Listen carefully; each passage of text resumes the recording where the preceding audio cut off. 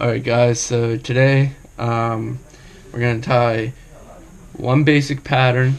It's tried and true. It's the first fly I ever learned how to tie. The woolly bugger. This is the version my dad taught me, except instead of cactus chenille, I'm going to be using dubbing loop. So I'm just going to tie a basic woolly bugger in black and olive, and I'll walk you guys through it. I'll be talking from over here, and then the fly's gonna be right here during the video, so should be pretty cool. So let's get started. So you're gonna start with I'll start with the black one first. My dad claims this is the best fly ever. So you're gonna start out, I forget what brand these are, but it's a size 6 5XL long, I'm pretty sure, hook. And before you pop it in the vise, you take, if it wants to focus, a large cone head. So you're going to take this, pinch the barb down since it wants to be stubborn. So all I'm doing here is just pinching the barb with my jaws on my vise. Pop that on. Secure that in your vise. This is a Renzetti Traveler. I should be getting a new vise here for Christmas. Excited for that. So now you're going to take your thread. And for these, you're not putting a whole lot of tension, so once the focus, it's UTC 140 denier in olive. So I'm just gonna start a nice little thread base. Take that, cut off the excess. Get back to about where the hook point is lined up with the thread, and then I'm gonna take some black marabou. Thanks. What's up? What's up, guys? You have to put tomorrow. 5 p.m. tomorrow on your Instagram post. I'll fix it then. Okay. It's a bad piece. See you guys later. And this is a big thing my dad always taught me. I was taught to use the ends, so I'm gonna measure the length of the hook shank. Now you don't want this tail to be too bushy, and you don't want it to be too long, or you get short strays. So as long as the hook shank, you take that, few loose securing wraps, and then some tight wraps. Wrap that back a few.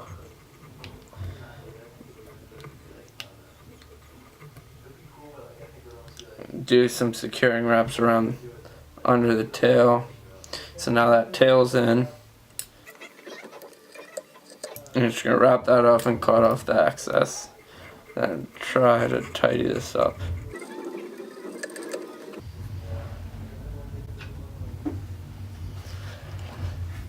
Alright, next we're going to take some black saddle hackle. You're going to take some black saddle hackle. It's real cheap stuff. Got it off Fly Shack. Nothing really crazy. All you need is a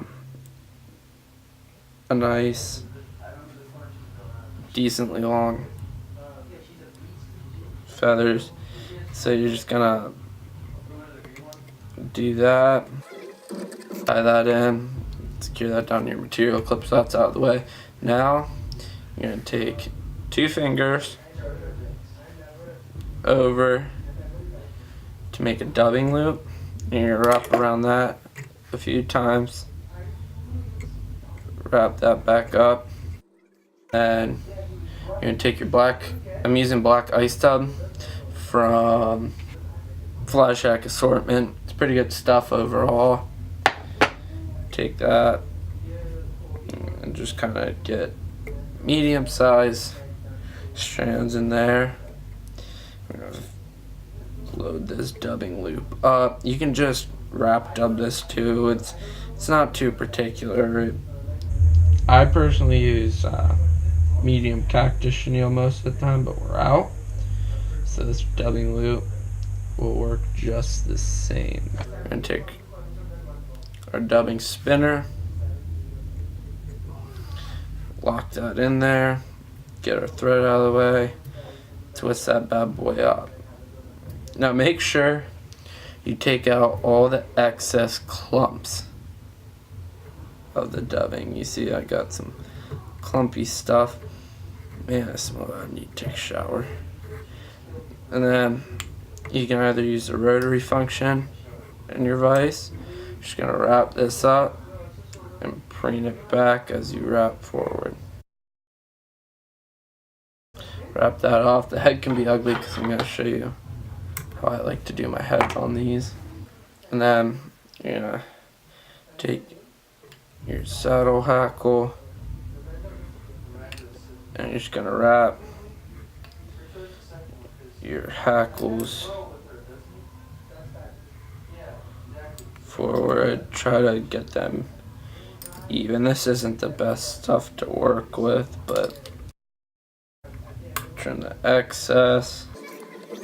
And then you can take any type of brush. This is just a grill brush. Just kind of brush that out some, get some of that dubbing. It's not the prettiest fly, but to be honest, fish aren't too picky with these. They look like a leech, you know. Fish won't really care either way. So I'm gonna take another saddle hackle out of here. So you're just gonna take that, trim that off, and all you're gonna do is just wrap over that thread.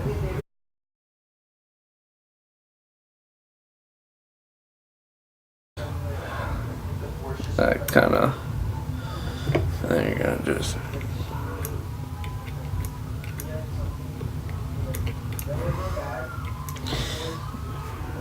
trim that up. And then you're just gonna whip finish.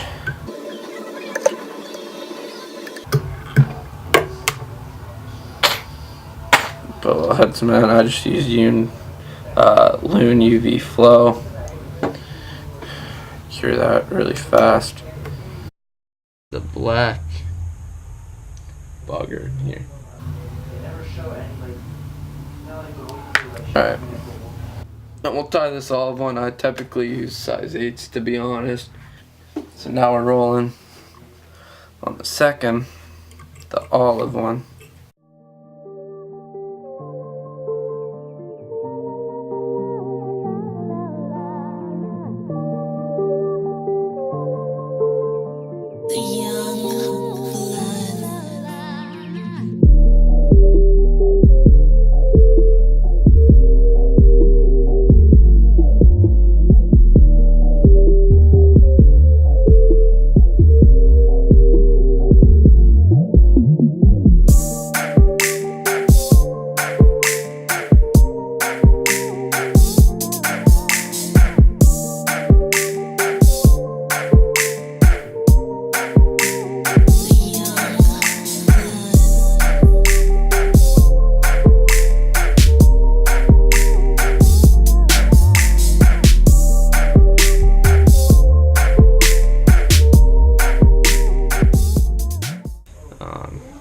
I'll show you over here too. I don't even know. These two puppies, they hunt. These dogs hunt for sure. Once you're good at them, they take literally a few minutes to tie. Size 6. You can tie them size 8, size 10 for. They'll work for any species. I've caught beans, greens, potatoes, tomatoes, lamb, rams, hogs, dogs, chicken, turkeys, rabbits, you name it! I've caught trout, I've caught smallmouth, catfish, rock bass, bluegill, you name it. And I've caught it on them.